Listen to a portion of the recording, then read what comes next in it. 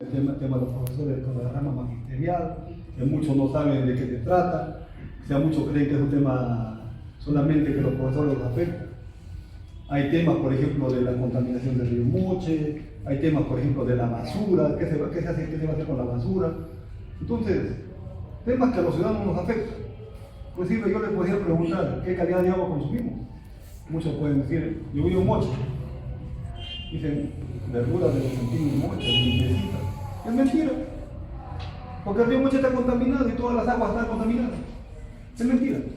Entonces, acá estamos con el profesor Roger Taboada, donde en su plan de trabajo tiene una propuesta concreta. Entonces, acá les invito a ustedes a participar los días jueves. Los temas se van a publicar. Espero que contar con la presencia también a través del tiempo, con la presencia de Roger Taboada, porque hay que aprovechar los conocimientos de las personas y hay que ir dejando huella en el camino. Y ustedes, creo que la mayor parte son profesores. Les agradezco, como les vuelvo a reiterar, su presencia y le doy la palabra acá al señor Wilfred Díaz para que haga alguna introducción al tema y después viene la exposición del doctor Roger Taboada. Digo doctor porque es doctor en educación para mí. Buenas noches, creo que lo conocemos todos, pero yo veo tristezas. Cuando debatimos, cuando recibimos a un candidato, yo creo que hay que darle cierta alegría y lo vamos a aplaudir, pero no lo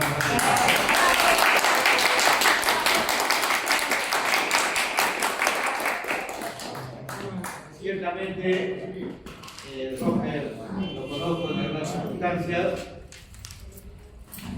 Roger está de candidato por una organización que todos conocen y el compañero que se encarga de los jueves unitarios ha tratado de ubicar a otros candidatos. Yo no sé, Roger, lo que contigo. Pareciera eso, ¿no?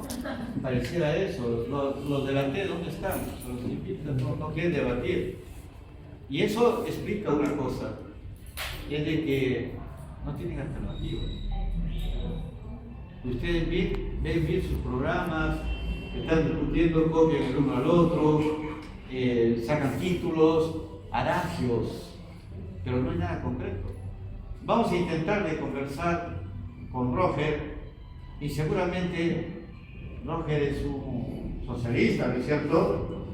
Es una persona que le gusta el debate, al que habla parece que también.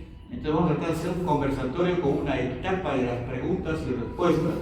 Y aquí no vamos a salir todos convencidos de la misma cosa, guardemos la diferencia, pero tenemos un enemigo común. ¿Lo saben ustedes? ¿Quién es? No se escucha. Ya, entonces tenemos un enemigo común, que es Acuña y su secundón aprista y algunos por ahí que rodean y que no logran tener mayor presencia, que son los fujimoristas, ¿no? Ese trío, esa alianza de ese trío, Roger está tirando algunas cosas precisas, lo vamos a ver hoy día. Roger, tu candidatura, ¿por qué candidateas? ¿Por qué eres candidato a la provincia de Trujillo?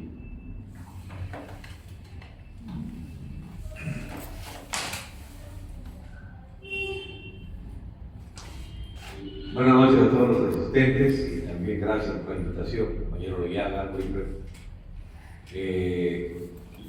La decisión de candidatear no es una decisión personal, es una decisión colectiva, es un acuerdo político partidario al cual como militante yo acepté. Entonces no es una aspiración estrictamente personal, es una decisión de varios y en función de dar cumplimiento a una propuesta en el plano provincial de la propuesta nacional Bicentenario sin corrupción, más o menos decidimos participar, además considerando algo importante. Trujillo, siendo la segunda ciudad más importante del Perú, Trujillo, teniendo la personalidad histórica que ha tenido siempre y que lo hemos repetido cada vez que hemos intervenido, Trujillo teniendo prohombres de la patria como Vallejo, Alegría, bueno, paseado por estas calles que nosotros también discurrimos, Vallejo, Alegría, Sandoval, Antenor Rego, de la Puente Uceda y de la Torre, y gente muy valiosa que en estos últimos años, pintores, artistas, escritores y generaciones de jóvenes dados a las letras y profesionales también dignos en esta ciudad, no merecen tener las autoridades que tienen. Hay un refrán que dice que todo pueblo tiene las autoridades que se merecen. Yo no estoy de acuerdo. Muchas veces los pueblos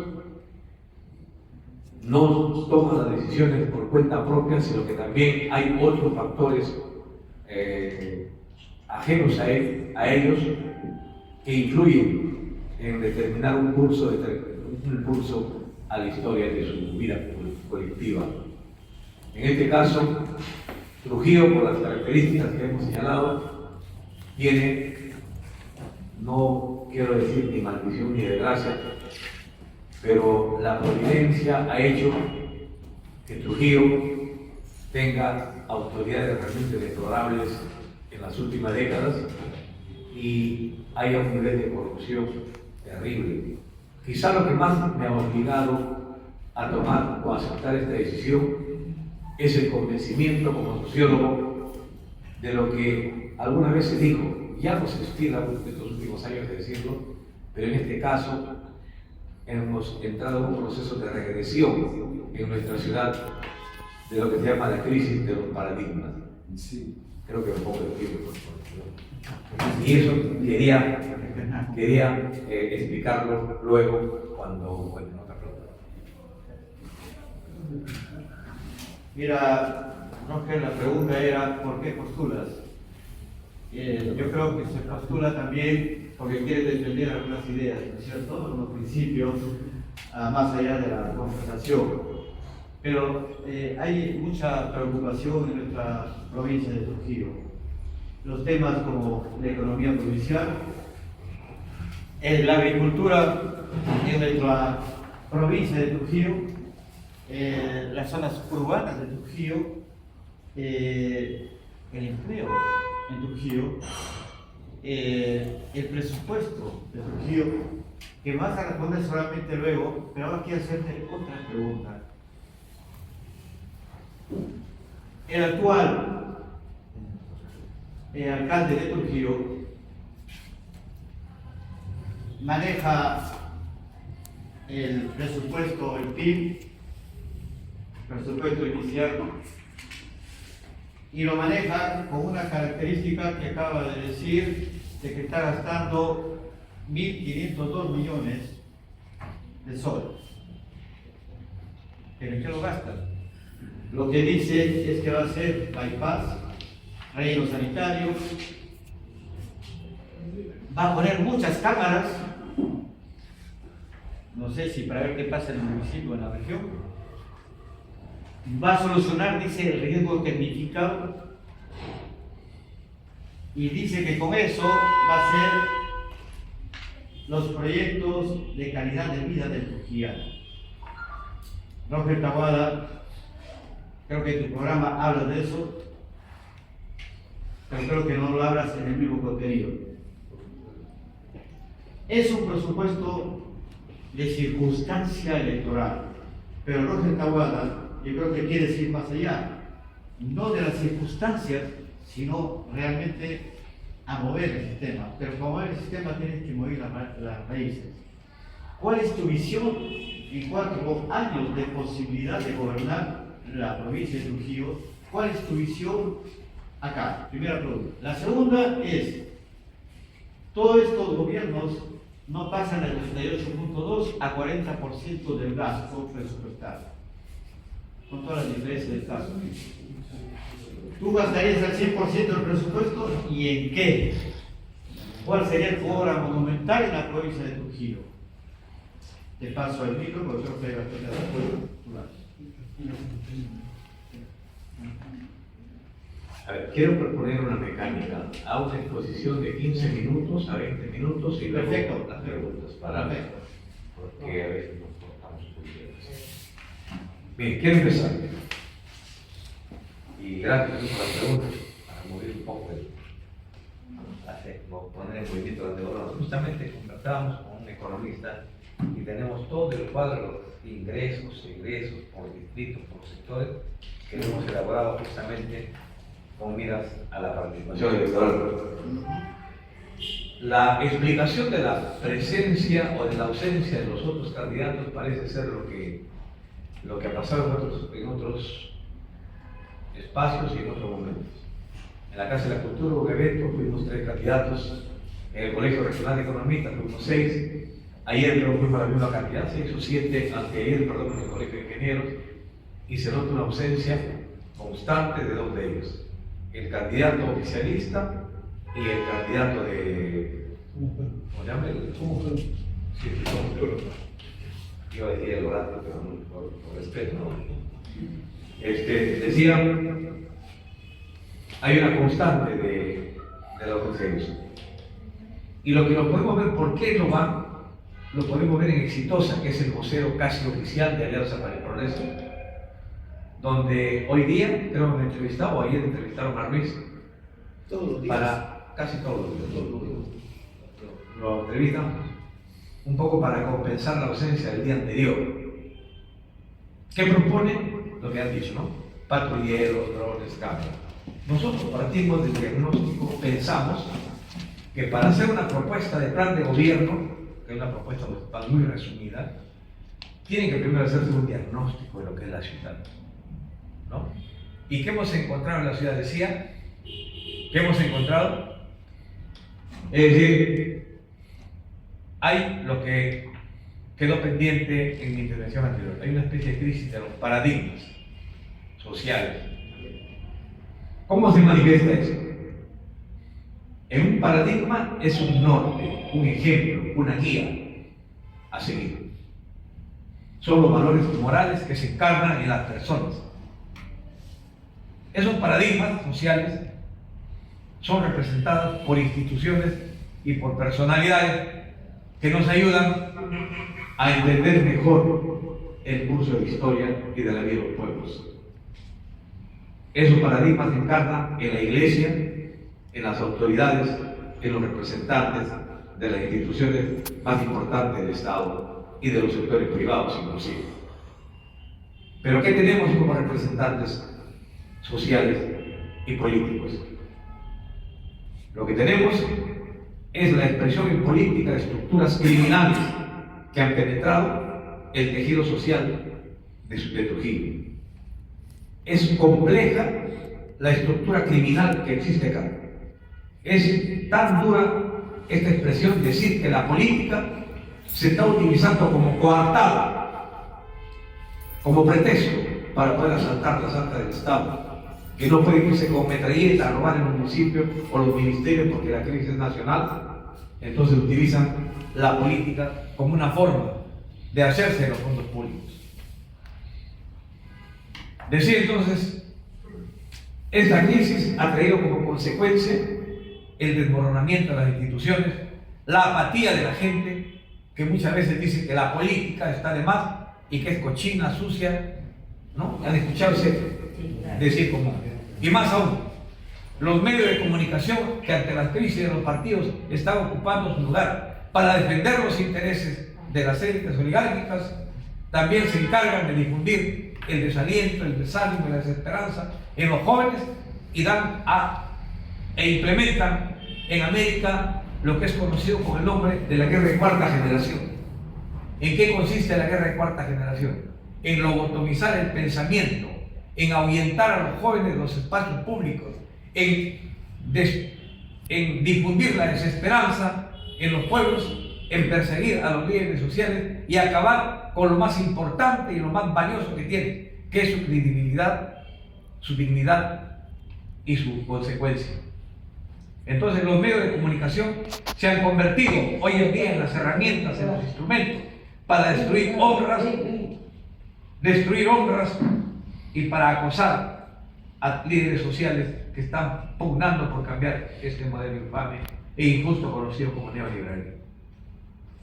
Esta crisis, entonces, ¿cómo se expresa? Decía, en el desmoronamiento ético de las instituciones.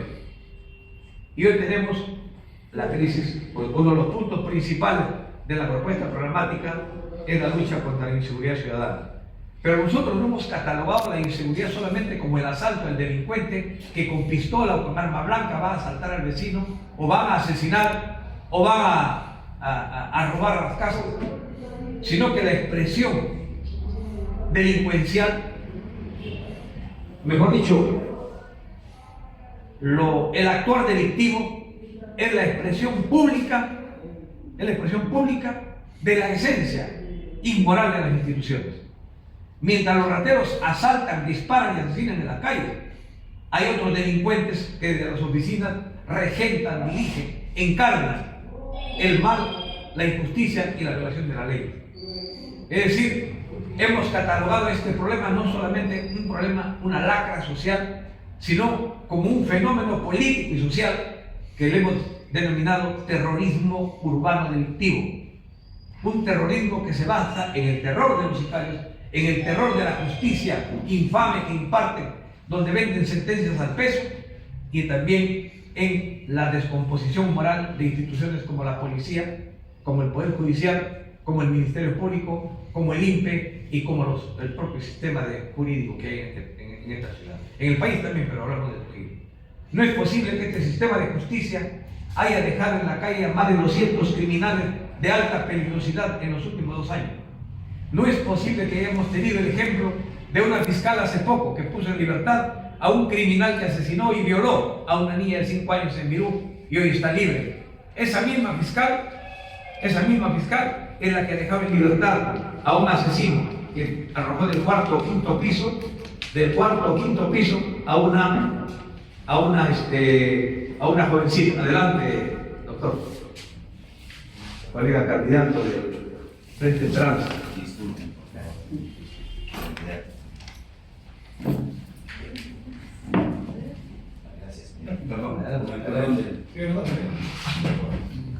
Bienvenido, colega.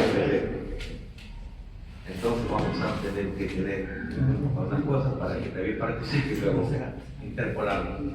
Entonces, ese es el sistema de justicia que tenemos. Así que si es que queremos nosotros combatir la inseguridad, si queremos acabar con la monstruosidad del sicariato y de la extorsión y todo el pillaje existente, tenemos que reformar las instituciones que son las que sirven para propalar la impunidad. Nosotros nos decían en varios lugares donde hemos participado que esa no es función del municipio, pero el municipio no es la función que la ley explícitamente lo pueda decir, pero sí podemos plantear al ministro del Interior la reforma de la policía que está penetrada por la corrupción en un 70 y tantos %. Sí podemos plantear al ministro de Justicia y tenemos que luchar porque eso no se va a conseguir con un oficio, con un memorial o una solicitud. Que se reforme, que se reorganice el Ministerio Público y el Poder Judicial. Sí lo podemos plantear. ¿Cómo que no lo vamos a hacer? El municipio provincial tiene capacidad legal y reconocida constitucionalmente para presentar iniciativas parlamentarias que nos permitan a nosotros pedir reforma de esas instituciones corruptas. El crimen organizado, que repito, no es el que asalta tan solo en la calle, sino el que mata en los asentamientos humanos, también está en los partidos políticos, financiando campañas electorales vía el narcotráfico, como lo hacen un par de personajes muy conocidos de acá. Está en la política, en los municipios distritales, provinciales, en la región misma, en la corrupción. ¿Cómo se expresa esto? Repito, el problema de la inseguridad, que no tiene que ver solamente con el pillo de la calle, también se expresa, por ejemplo, en la forma en que están llevando a cabo la implementación de la represa Palo Redondo. Palo Redondo, donde han asignado un presupuesto, de 2.400 millones de soles para hacer una represa que solo va a servir a los grandes agroexportadores que hay en Chayamochil. Y dejan de lado a los 2.000 agricultores de Chávez que no reciben ni una gota del proyecto Chayamochil. Y la percolación de las aguas a través de la fertilizantes, insecticidas, pesticidas, están envenenando el agua que afecta a más de 20.000 pobladores de la provincia de Virú. Eso no se dice. Y dicen, ¿eso es facultad del municipio? Por supuesto que sí es facultad del municipio provincial, porque tiene que ver con la vida, de que nos ha cambiado la vida el proyecto Chayamochil, porque hay más de 20.000 trabajadores y la migración andina y costeña a esta ciudad ha hecho crecer económicamente a Trujillo de tal forma que en los últimos 5 años, antes de la pandemia, es la ciudad que más ha crecido su Producto Bruto Regional en América Latina. Por esa razón que sí nos compete. Y nos compete porque también va a haber un brazo del Canal Madre que va a pasar hasta Chicama y va a llegar hasta las Pampas de Oripe, justamente donde el señor Murgia tiene 400 hectáreas de terreno. Hasta ahí el proyecto de Chayamochil. No es posible que nosotros tengamos que callar porque se trata del tema electoral y porque no nos compete tal vez ante la erosión costera que por la angurria de un puerto privatizado por Puji Montesinismo en Salaverde han puesto molones que han desviado el curso de las corrientes marinas y han destruido las playas, como ustedes saben, en Moche, en Buenos Aires, en Huachaco. ¿Quién dice eso?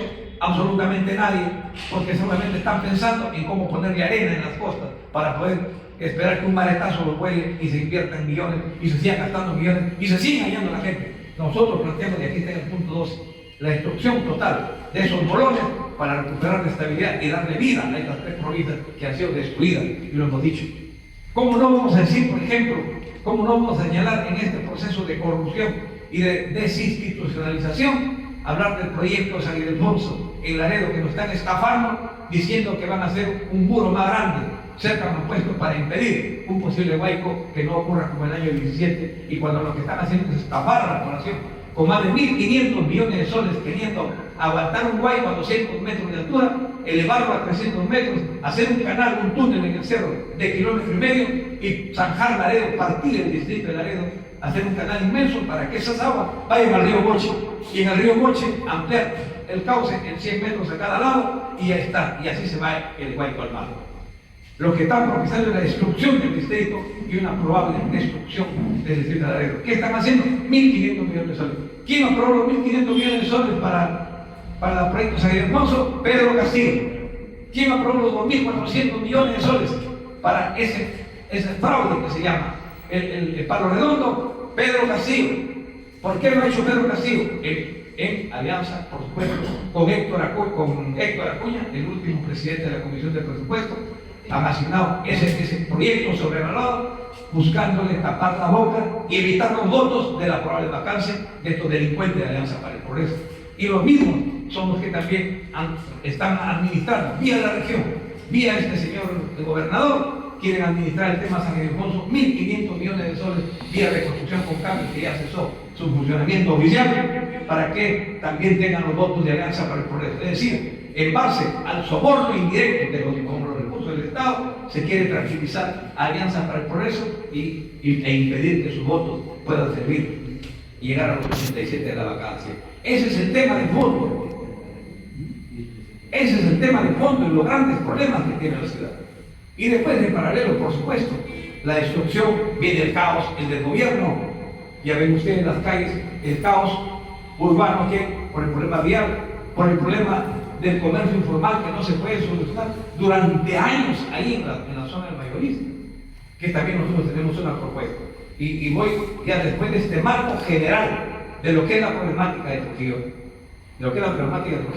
quiero aterrizar en la propuesta ya más concreta. Nosotros planteamos, aquí habían 6.000 comerciantes informales antes de la pandemia, hoy día hay 13.000 comerciantes informales. Y esos comerciantes informales queremos ubicarlos en la parte de la estación del ferrocarril, haciendo un gran complejo comercial, donde deben subir de 12 a 15.000 trabajadores informales.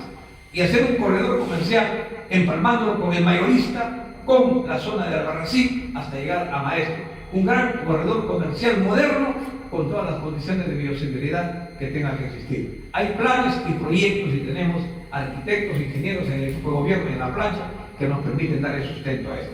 En segundo lugar, para el tema vial, en el sótano, no es posible que el mayorista pase más de 20 líneas de transporte. En el sótano, hacer una gran estación central, que debe ser la matriz de un metropolitano en Trujillo, con 4 ejes troncales hacia el norte por La Esperanza, por Laredo, al sur con Moches a la Verde y para Buenos Aires. Eso está conversado con técnicos especialistas y uno de ellos inclusive accionista del Metropolitano de Lima, que tuvo bien explicarnos cuáles serían las características. Reordenar el transporte urbano significa también darle vida al centro histórico para rescatarlo del olvido de la sociedad en que se encuentra hoy en día. Hay que peatonalizar el centro histórico con la finalidad de que pueda recuperarse la prestancia como ciudad, el ornato y el orden, que es importantísimo para que esta ciudad pueda desarrollarse. Y eso significa también darle una asignación adecuada al tema del transporte. Tenemos que acabar con las mafias del transporte. Tenemos que crear las cooperativas de transporte con la finalidad de que los taxistas no tengan que pagar a empresas mafiosas 3.000 soles para distribuir 600 soles diarios.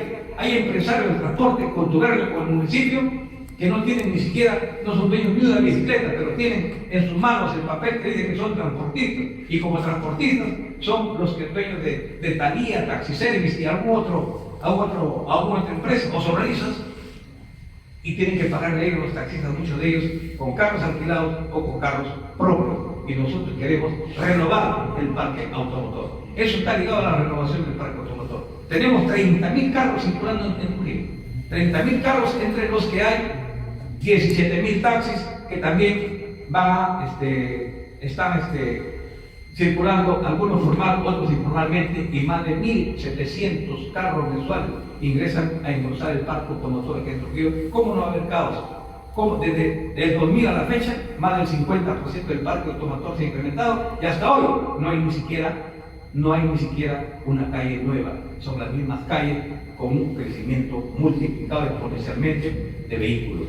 Bueno, eso es en términos muy generales una parte de lo que nosotros proponemos, y ya que está la presencia del colega, queremos dar paso a su participación de acuerdo a lo cómo lo realidad.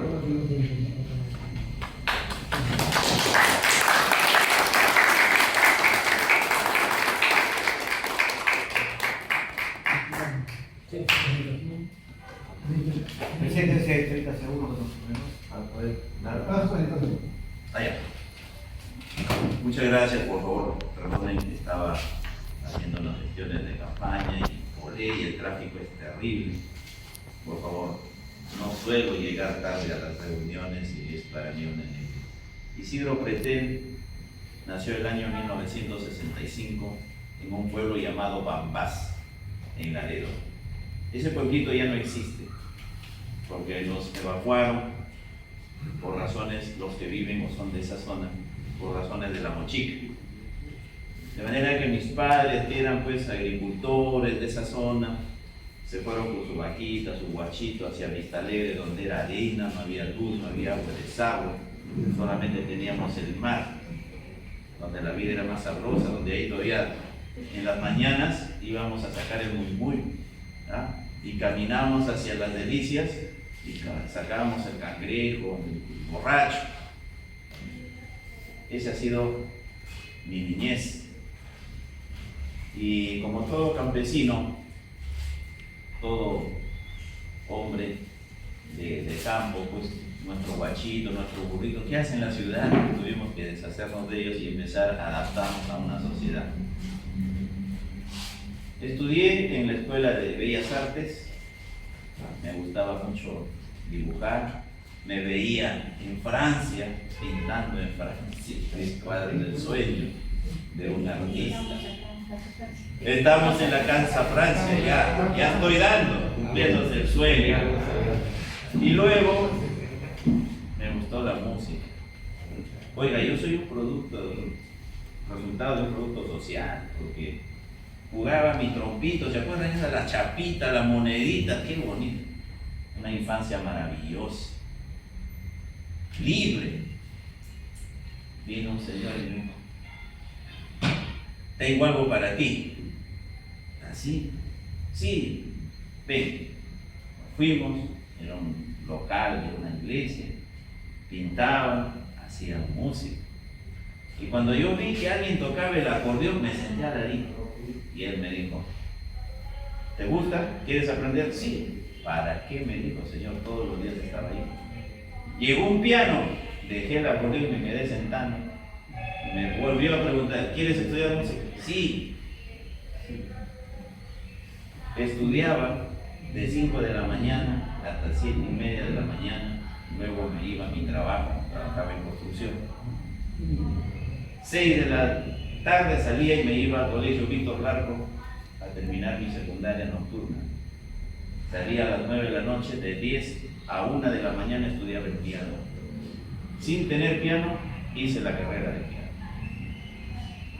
Posteriormente, como siempre he sido sindicalista, he sido un poco más, me decían revolucionario, porque siempre he sido un luchador social, identificado con los más necesitados.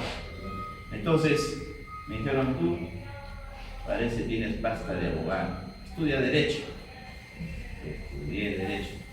Como yo trabajaba, ¿dónde? ¿Quién me daba posibilidad para trabajar? La Universidad Católica de Chimbote, Los Ángeles, de la buena supuestamente. Colegiado, una maestría en Derecho Procesal Penal, una maestría en Gestión Educativa, de manera que no estoy improvisado.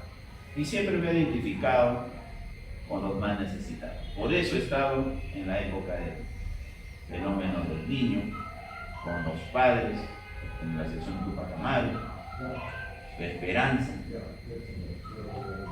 Y Dios me ha dado un poco. Entonces, como a mí me dio una persona que hasta ahora está en Lima, sí, va mi tiempo, como está en Lima, lo considero un consejero personal.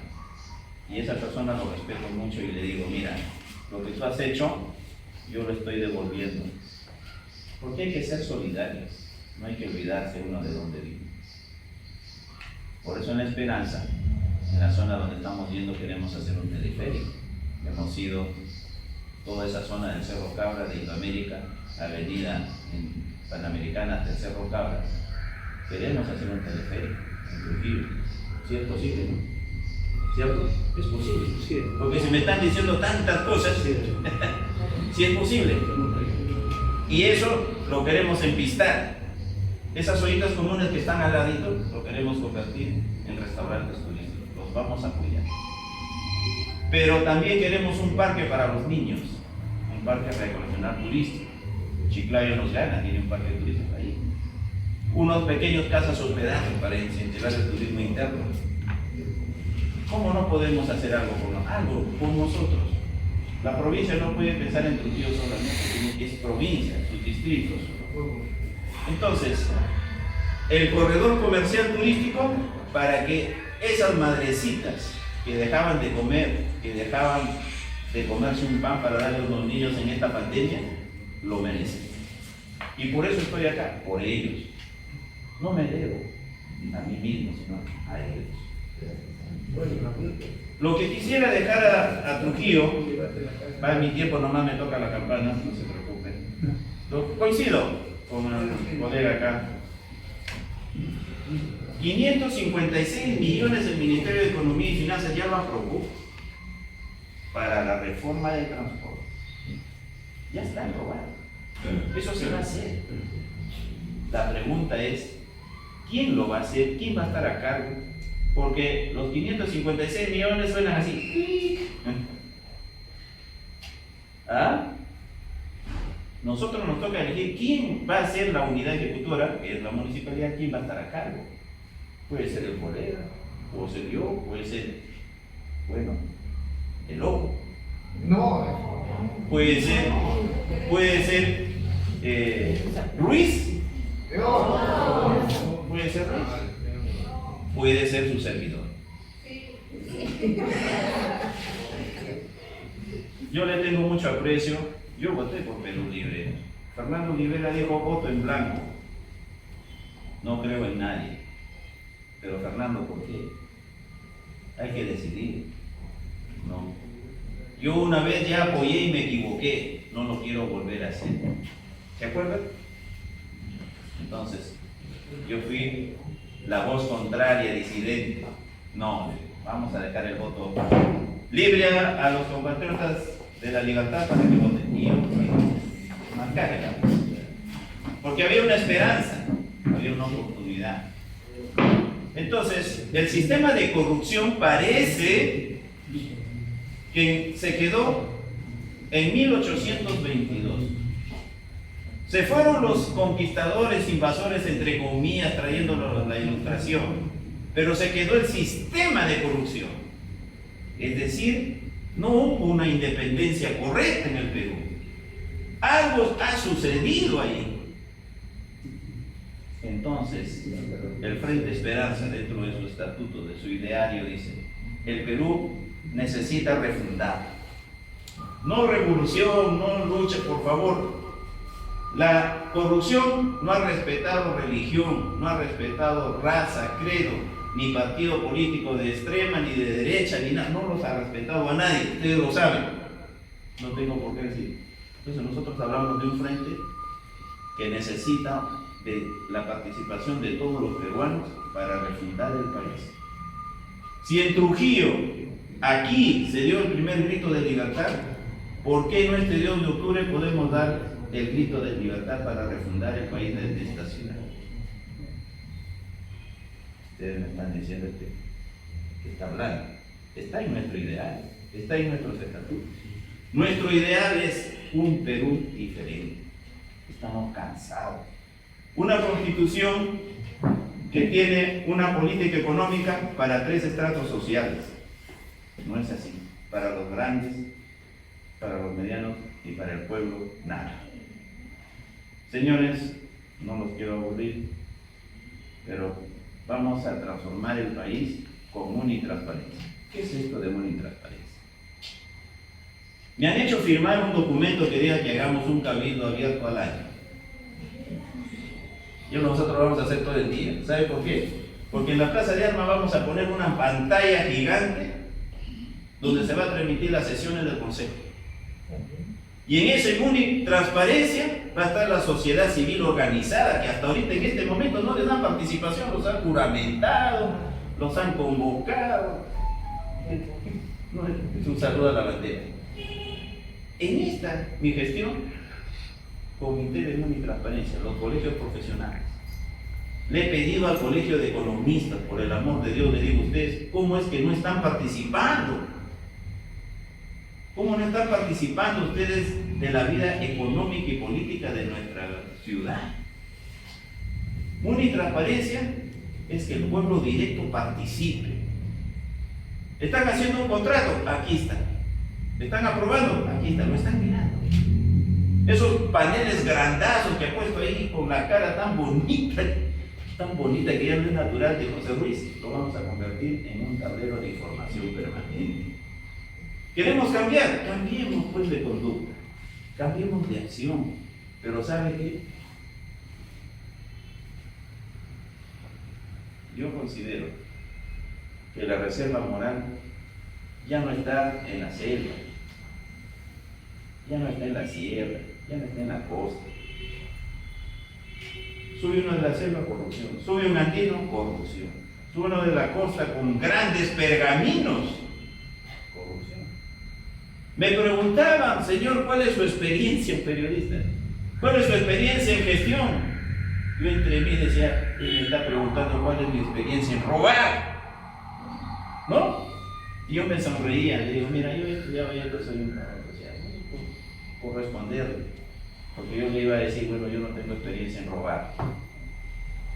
Entonces, unitransparencia significa que el pueblo va a gobernar, porque si ustedes no participan directamente en esta transformación, en esta refundación, en el cambio de conducta, estamos mal.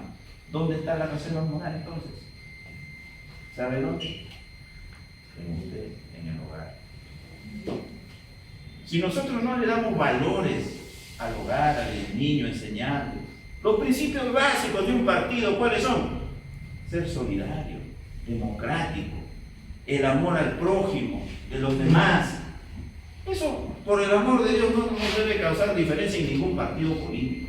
Entonces yo no traigo un discurso de repente muy disidente. Solamente traigo lo más simple para poder entenderlo. Dios quiera que este 2 de octubre nos demos la oportunidad. Yo le puedo hablar, pues, ciudad y cuadra segura que estamos planteando en nuestro plan de gobierno. Se ha declarado emergencia la ciudad. ¿Hay emergencia? ¿Hay declaración de emergencia? Los policías hace 3 semanas muertos, asesinados. Hasta ellos necesitan un plan de emergencia de seguridad para ellos.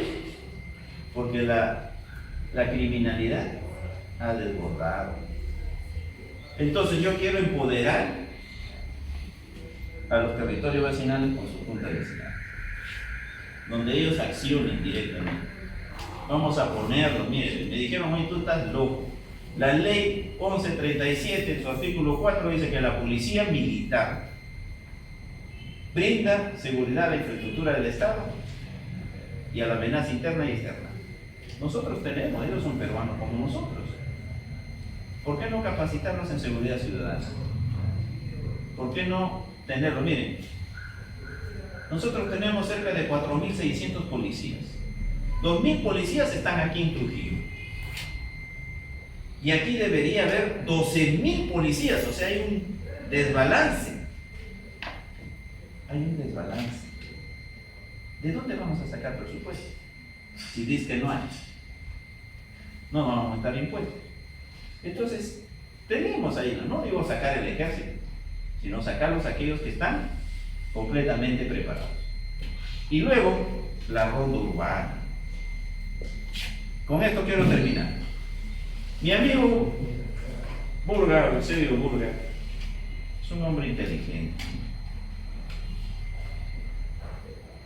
La Quintana era uno de los urbanizaciones más inseguras que había hasta el 2002, hasta el 2002. El Mancicho usted no podía trasladarse por él.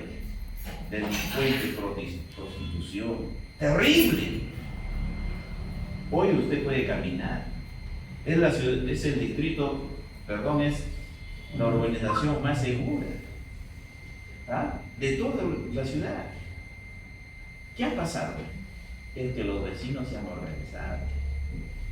Esta última vez que me he ido a visitar a mi amigo Burger, he encontrado ya que están cortando las pistas. Y le digo, hermano, tú sabes que tienen que ponerle 15 centímetros mínimo, ¿no? ¡Claro! Me dice. Es más, estoy viendo con mis vecinos que le pongan los 3 centímetros de asfalto para que quede bien y no se levante. Oiga, mire, ¿están participando quiénes? Los vecinos. Si los funcionarios, entre comillas, vienen y le ponen, y por si acaso se contrata a un supervisor de obra, ¿no?, que es ajeno, para ver si está poniendo el material debido. Entonces, ellos están participando directamente. Hay que organizar a los vecinos. Gracias. Muchísimas gracias.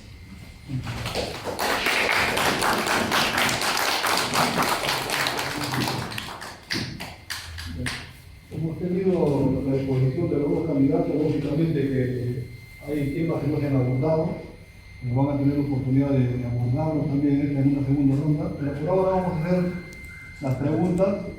Primero interviene el señor Wilfred, vamos a hacer una pregunta yo y después intervienen el resto de participantes de esta reunión. Preguntas concretas sobre qué tema quiere que el candidato o qué aclaración quiere sobre el respectivo tema, ¿no? Wilfred. Sí. Compañeros, su nombre especial. Isidro Frente. Usted Del Partido Frente de la Esperanza. Se les ha dado igual tiempo, pero más o menos. Sí, claro. Sí, hay algunas cosas que quedan imprecisas. El gobierno actual municipal habla de 22 proyectos y con un financiamiento bajo, y lo dije hace un momento. Cuando vemos que en el país la inversión a nivel nacional, crecimiento cero. O sea, ustedes no van a tener más dinero para hacer lo que se está diciendo en la Esperanza. De otro lado, De otro lado, vemos que el grupo contrario a esto, esto es pura porquería. Voy a decir por qué. Denuncia fácil. O sea que si el compañero Cruz está haciendo un meeting en su pueblo, lo vamos a denunciar. Eso es lo que es esto. Dice salud en tu barrio. Es un problema de política nacional. Están hablando de la provincia, etc. Capital de la cultura, Trujillo. Yo creo que primero está la capital de aprender. Bancos municipales, creo que hay, y casi todos muestran cierto fracaso. Incubadoras de emprendimiento para ayudar a los vecinos. No sé si se refiere a los ejemplos de comités de barrio. Impreciso. Mega centro comercial, lo que más o menos decía María Taboada, pero lo dice de otra manera, mega centro comercial. Muy vago, ¿no? Parque temático, cultura chimú, se olvidó de los mochicas. Bien, compañeros, estas divagaciones electorales las vemos y por lo tanto tenemos que desechar. Usted, compañero, no nos han dado cifras. ¿Cómo van a resolver el problema a una tasa de crecimiento cero en las inversiones y que las regiones tienen solamente el 25% del presupuesto nacional? ¿Cómo vamos a hacer? Y no he escuchado mucho esa rebeldía que hay con el gobierno central de que pasea a la gente en las provincias. Usted, pienso que tiene un enemigo como Carlos Mauricio Nazario. Seguramente compartimos el mismo enemigo.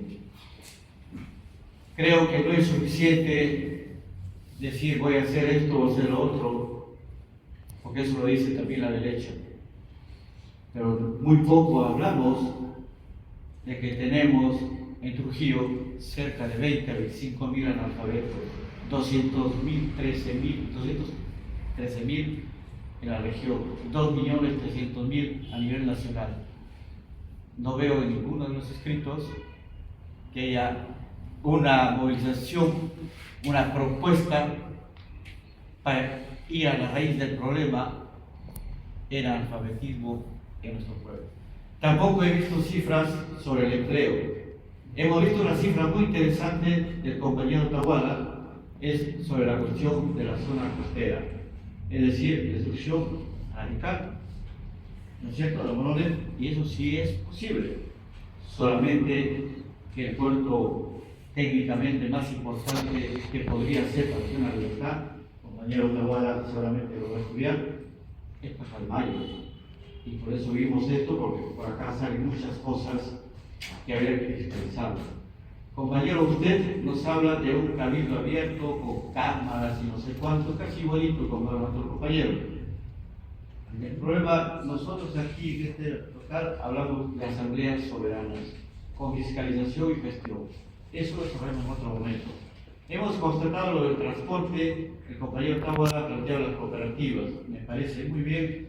Si vemos a Gildebardo Castro Pozo, creo que es más o menos el espíritu que lo ha dicho el compañero. El reordenamiento urbano, lo ha dicho el compañero Taboada, y también usted seguramente va a agregar algunas líneas sobre esta dificultad. Compañero, vuelvo a decir, ¿cómo se va a manejar el presupuesto? El presupuesto municipal, ¿cómo lo van a manejar? Sabiendo que tasa de crecimiento cero. ¿Es que van a seguir construyendo paredes en los colegios o van a hacer que los profesores sean más capacitados? ¿Es que vamos a dedicarnos a dedicar en el alfabetismo, combatir la miseria? Tenemos problemas de vivienda, tenemos problemas de agua, tenemos problemas con la tierra en nuestra provincia de Trujillo. ¿No es así, compañero de la Cruz? Tenemos problemas con la tierra y con el agua. Compañeros, hay que presupuestar todo eso y la provincia de Trujillo tiene limitaciones, me parece, tiene limitaciones para cumplir esto. 3 minutos cada uno para que respondan a este comentario.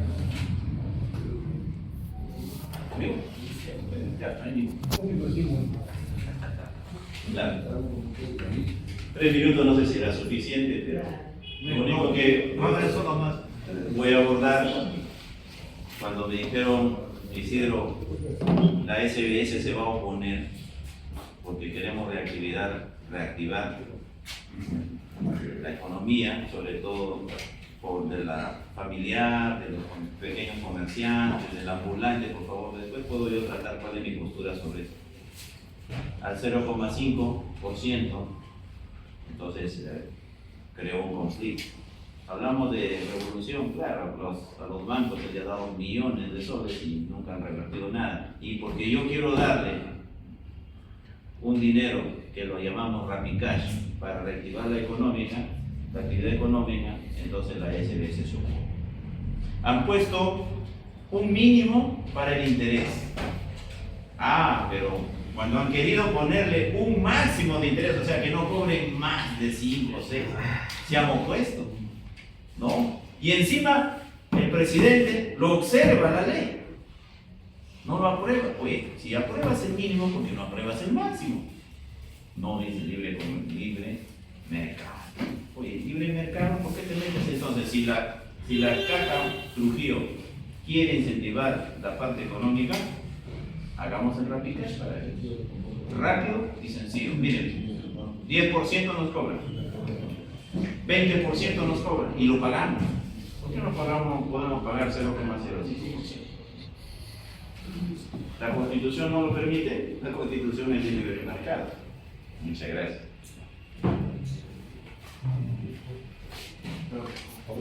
Bien, yo quiero retomar dos cosas. Primero, las obras faraónicas sobrevaluadas de parte del municipio provincial que hemos dicho y de la región, que afectan y tienen incidencia en la vida provincial. El caso de los 1.500 millones de soles en la quebrada San Ildefonso, 2.400 millones de soles en esa obra que nos engañan a los trujilleros diciendo: si no hay palo redondo, Trujillo se queda sin agua, y la industria presta eso. Falso, mentira, es una burla, es una befa al honor y la dignidad de los trujillanos. Trujillo no se va a quedar sin agua. Lo que se va a quedar acá sin agua, sin mermelada, es la corrupción de Sedalip. Sedalip nos compra a Chaimochín el agua a 0,26 centavos el metro cúbico. Nos lo vende en promedio a 6 soles a los trujillanos y sin embargo está en quiebra. ¿Por qué está en quiebra? Por la corrupción y por el robo permanente. ¿Hay recursos? Por supuesto que hay recursos. Tenemos que reestructurar la administración municipal, porque en cada mesa hay varios escritorios con 3 burócratas, uno de Murgia, otro de Lidio y el otro de Acuña. ¿Y cuánto más habrá hoy en día? Tenemos cerca de 1.000 serenos con el 80% de cargos paralizados y canibalizados. ¿Y en qué trabajan? Persiguiendo ambulantes y pintando las paredes o pegando los afiches, haciéndole campaña a un personaje que debería estar preso, tanto como lo consignado el diario Correo el día de ayer. Un personaje que en vez de postular al alcalde como José Ruiz, que debería estar postulando a jefe de pabellón en la cárcel de Milagro por los entripados económicos. Todo eso es lo que nosotros planteamos reestructurar. Aquí tiene que haber una reorganización, tiene que haber una reingeniería, tiene que haber una moralización, o para decirlo comúnmente, tiene que haber un proceso de desratización de la administración pública y también de la justicia, de esta justicia putrefacta, podrida, degenerada. Y no estamos contra las instituciones, ni policial, ni fiscal, ni del Ministerio Público, estamos contra los malos elementos que la corroen y la erosionan éticamente por dentro. Entonces, si es que no limpiamos eso, nunca vamos a acabar con la delincuencia, pero mientras tanto, no vamos a decir hay que esperar cambiar las instituciones. Mientras tanto, nosotros pensamos que sí tenemos que tomar acción. Y esas acciones tienen que ser la reorganización del Senado. El contrato ya tenemos acuerdos con los compañeros licenciados del Ejército, con los reservistas del Ejército, con los centros caceristas, con los comandos de Andahuaylas, para poder participar y reestructurar acá y enfrentar a esos miserables asesinos y criminales. Porque los vecinos con chaleco y pito no lo vamos a enfrentar. La policía no lo va a acabar porque está corrompida. Hay voceros de las bandas organizadas dentro de la policía. Y eso no lo dicen. Y eso no lo vamos a arreglar con pitos, con más leyes, ni con más policía. La Contraloría a nivel administrativo, hay un tema que hay que conocer. Además de los cabildos, con los cuales yo estoy de acuerdo, hacer un cabildo cada 2 meses, porque hace décadas que no hay, un elemento que se llama la Contraloría Social. Es decir, la participación, primero, de la población organizada en la fiscalización de las obras.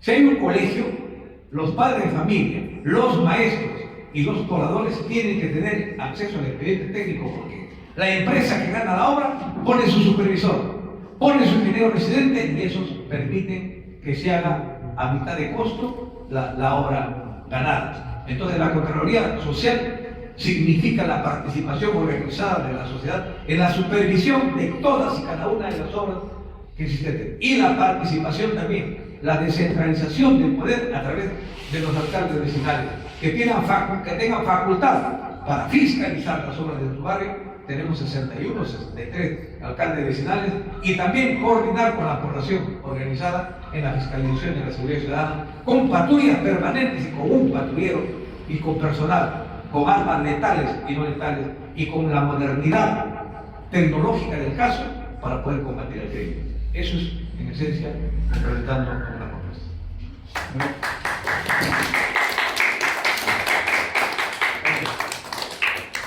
Antes de darle paso a los asistentes, yo quiero hacer una pregunta. Nosotros estamos padeciendo un problema a nivel mundial, que es la contaminación. Hay el cambio climático, mucha gente piensa que son solamente que los científicos alarman, es una realidad. Yo les cuento por experiencia que trabajo en el mar. El mar está lleno de plástico. Ese plástico, los pescados se deshacen de forma microscópica. ¿Y quiénes lo consumimos? Lo consumimos nosotros. Así que yo les pregunto a los dos candidatos, ¿qué piensan hacer con el tema de la basura? Si pasa solamente por el sistema educativo o pasa por la construcción de una planta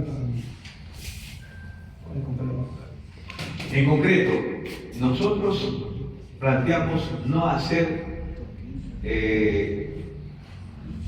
planteamos industrializar la basura, es decir, darle uso al plástico, al vidrio, al cartón, ¿no? Porque una cosa es basura y otra cosa es desecho, ¿no? Los desechos tienen que aprovechar, la basura ya no sirve, ¿no?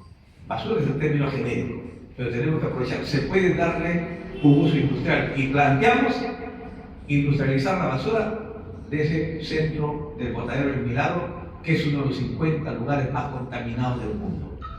Ahí vamos a hacer. Ya el entierro de la basura ya no sirve, tenemos que industrializarlo. En segundo lugar, tenemos que reforestar la ciudad. Los parques, jardines están completamente abandonados, sucios. Hay calles de Trujillo que nos hacen acordar, como decía hoy día con el doctor Burmester, a los pueblitos abandonados, como decía el gran Manuel Escorza, pueblitos de una sola calle por donde jamás pasó la felicidad. Así parecen algunas calles de Trujillo. Parques sucios, abandonados, de urinarios públicos y de fumaderos. Eso tiene que ser. Y en cuanto a la contaminación también, pensamos que tiene que cambiarse la matriz energética.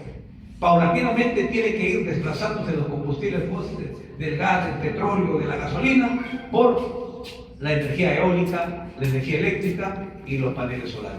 Eso también es parte de un proyecto que, bueno, la limitación del tiempo no permite desarrollarlo, pero son planteamientos claros de cómo es fundamental en un mundo, en un país, en un mundo que está a borda de un cambio civilizatorio, plantear el cambio de matriz energética para descontaminar a cada ciudad.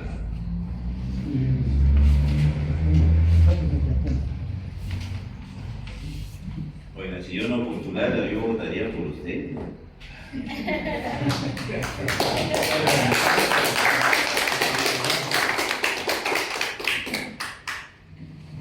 Le puedo creer, pero a los otros que dicen cosas maravillosas, ¿no? O sea, Perú debería ser el país más desarrollado del mundo. Potencia mundial.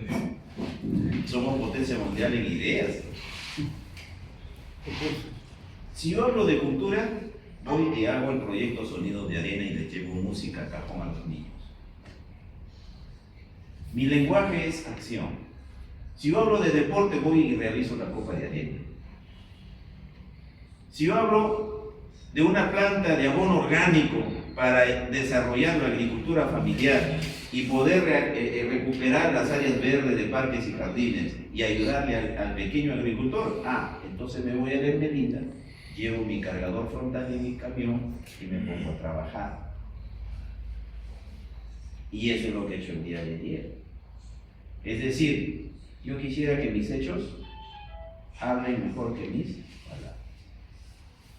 Porque estamos de repente muy románticos. En Lima, ¿han visto el último debate? El último debate que ha habido, yo no he estado, porque de repente no sé, hubo una confusión con quien me maneja ya no soy dueño amigo de mi tiempo. O sea, cuando unos políticos sucede,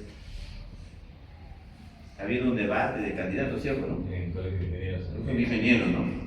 Estamos en el lugar, en la casa donde existe la genialidad, ¿no?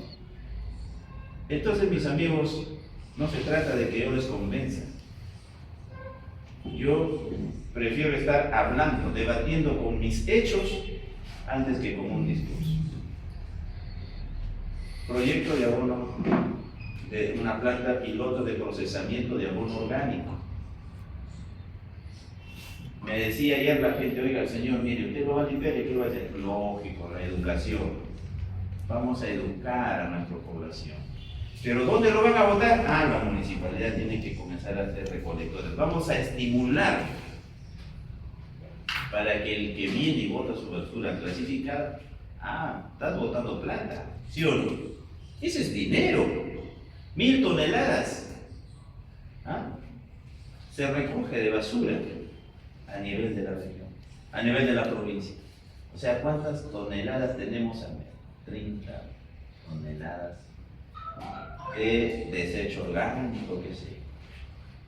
No tenemos, pues, tenemos un botadero, no tenemos relleno sanitario, deberíamos tener. Pero voy por algo básico, para no idealizar mucho. Señores, se puede hacer, acá lo acabo de limpiar. Se necesita voluntad. El cegar estaba al ladito. A mis barredorcitas decían, madrecita, aquí está la escoba, porque es la que va a barrer la corrupción. Fernando Olivera, solo, como un patriota, luchó contra la corrupción. Sí se puede. Pero hace 200 años ese sistema se ha quedado. Quiere decir que nosotros tenemos que seguir luchando. Yo estoy seguro que si él gana, vamos a estar en buenas manos. Y si el pueblo me favorece a mí, yo estoy seguro que voy a contar con usted.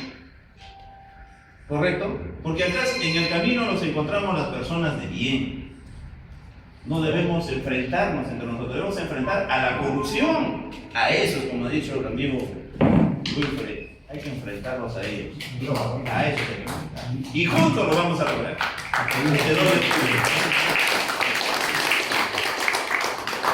Siempre abuso del tiempo, ¿no? Muchas gracias. Gracias por responder a la pregunta, compañero. Pero quiero dejar en preocupación algunos puntitos a los dos compañeros, que parece que usted es capaz de renunciar en favor de esta Aguada, me parece bien. Hay una cuestión que me inquieta, es que no se ve en los programas cierto coraje para enfrentar tanto al gobierno central como las astucias y la gerencia del gobierno regional. Temas: el empleo catastrófico. Hay un chiquito que dice que va a crear 200.000 empleos. Eso de aquí me refiero. Luego, el problema del salario es preocupante en nuestra región. Por ahí nos dicen que tengo una lista de por producción, un pescador con 264 calculado en dólares sale 1.000 soles, ¿no? Un pescador, etcétera. Los salarios son míseros, pero eso debe preocuparnos de cómo hacer que el trujillano tenga salarios, como se dice, más dignos. Lo otro que me inquieta es que no hay un llamado a los pequeños empresarios. Y eso nos conlleva a que ustedes del municipio sí pueden tener una política fiscal. diferente, como ustedes lo han dicho, pero que no se ve. Esos son los puntos de cuestionamiento. Lo otro, quizás para mí mismo un jalón de oreja. Con seguridad, tal cosa está anunciando, hay cosas muy valorosas, pero también hay cosas que dejan entrever una polémica. Creación de comisaría, mejorar las pistas. ¿Es eso lo fundamental? Para cambiar se necesita que cambiemos esto. Y la formación no es solamente ir a la universidad. Entonces yo creo que la pregunta es de dos niveles. Uno, ¿qué se hace por el nivel de vida del turquiano? Y la segunda, dar una respuesta o buscar las respuestas más precisas en cuanto a la mejora cultural de nuestro pueblo.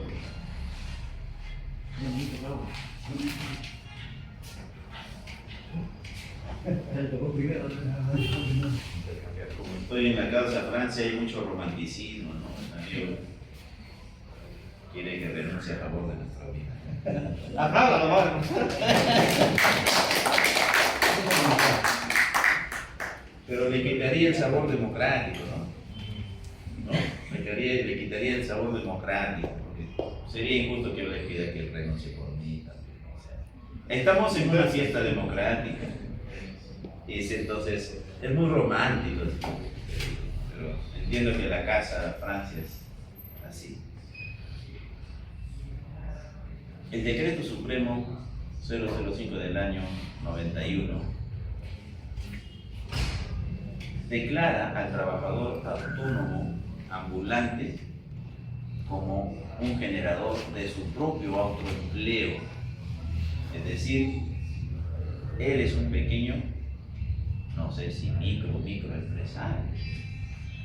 Lo reconoce como trabajador, es decir, jurídicamente es reconocido. Esa personita que está en la avenida España, en la avenida Sinchiroca, en Cela, es un trabajador autónomo, solamente que él no lo conoce, no lo sabe.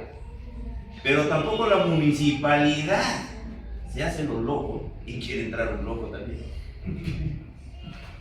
Y desconoce ese derecho. Pero además en el artículo 2 de este decreto supremo dice que ellos pueden formar una cooperativa para poder desarrollarse económicamente y crecer. Nadie ha hecho nada. La municipalidad cero, los ha perseguido, les ha quitado el alimento. Yo he tenido que defenderlos porque ese es un crimen. Yo he sido ambulante, pues. Yo he vendido el producto. Formé una asociación de vendedores ambulantes en la Avenida España en la época del paquetazo, donde los profesores teníamos que salir a vender. Nos encontramos contadores, esposas de policías, desempleados. Entonces yo entendí que uno sale a buscar lo mejor y sobrevivimos. Somos trabajadores, solamente no le estamos dando el debido cuidado. Por eso estoy pensando en el Rapicasso. Ambulantes tenemos en la avenida, en el peatón Pizarro. Nos han quitado el libre de tránsito y le han puesto bonito todavía con regla. ¿Quién ha autorizado eso?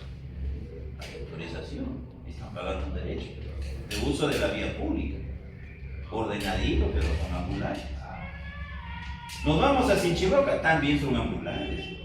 ¿Quién ha autorizado eso? Le han puesto rejas y pagan. Me han llamado ahí vecinos de Cerquita. Miren, yo sé que vienen acá a cobrar diariamente una bolsa.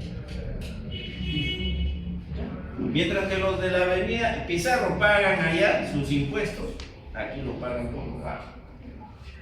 ¿Esa es la forma como debemos gobernar? No, hay que ordenar la casa. Aquí el alcalde no lidera ni la seguridad ciudadana. No está pensando en el servir al pueblo, está pensando en el servicio a sí mismo. Yo creo que eso debe cambiar, ya sea con él o conmigo, debe cambiar. Muchas gracias.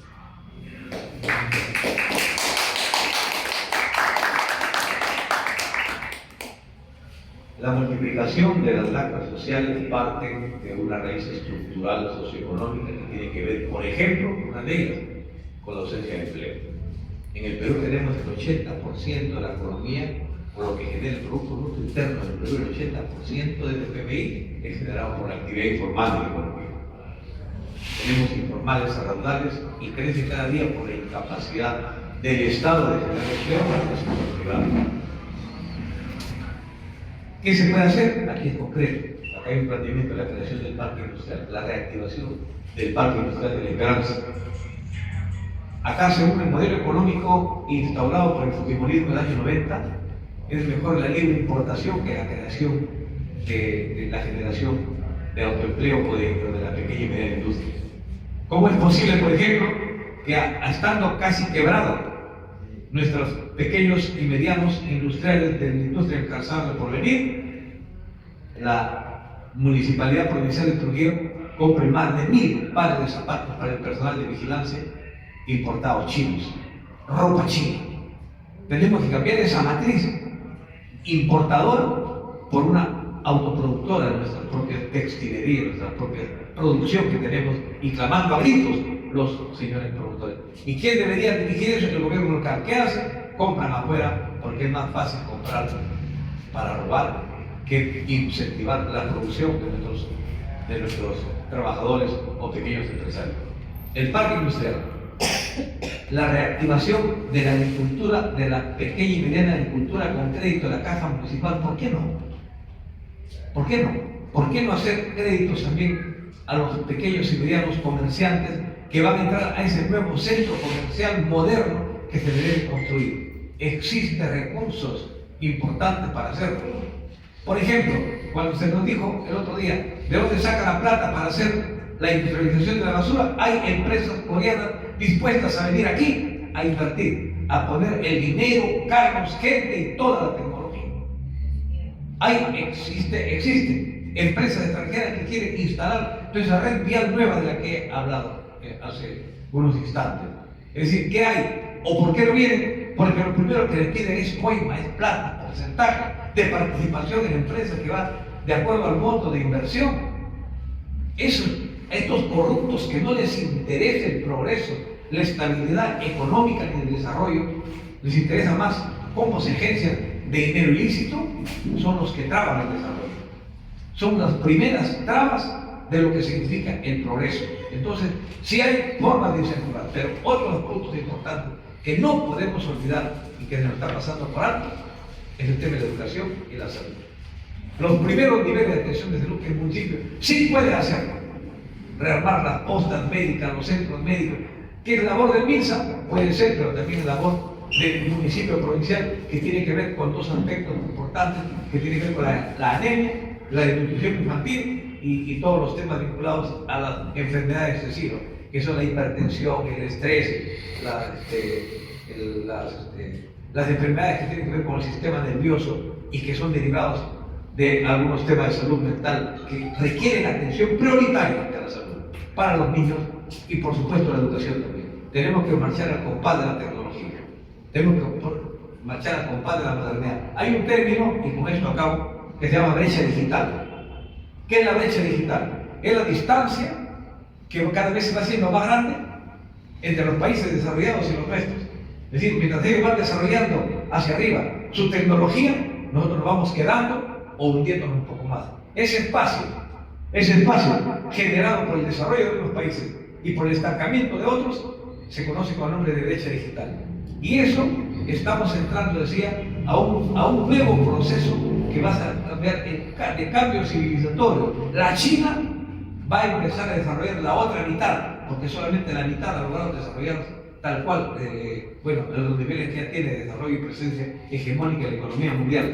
Entonces va a haber una demanda de todo en el mundo, principalmente de litio, de los conocimientos y sobre todo de los saberes no tangibles, por supuesto que es el conocimiento, el saber humano, el saber científico y el desarrollo del intelecto, que es una de las cosas por las cuales tenemos que estar preparados con la educación. Eso significa modernidad educativa y significa que por lo menos se cambien los currículos escolares. Aquí no se enseña historia regional, en Arequipa enseñan historia de Arequipa, es lo primero que enseñan, y ese es un tema adicional que puede incorporarse al currículum del escolar, pero no lo hacen porque tampoco están impedidos de hacerlo. No lo dicen porque el Ministerio de Educación se encarga de un poco controlar la mente de la gente para no tener un tema fundamental, que es nuestra identidad con nuestro pueblo, nuestra identidad con nuestra nación y con nuestro país y con nuestra región. Eso es un elemento constitutivo fundamental de nuestra identidad como pueblo, como clase, como nación y como persona, la educación.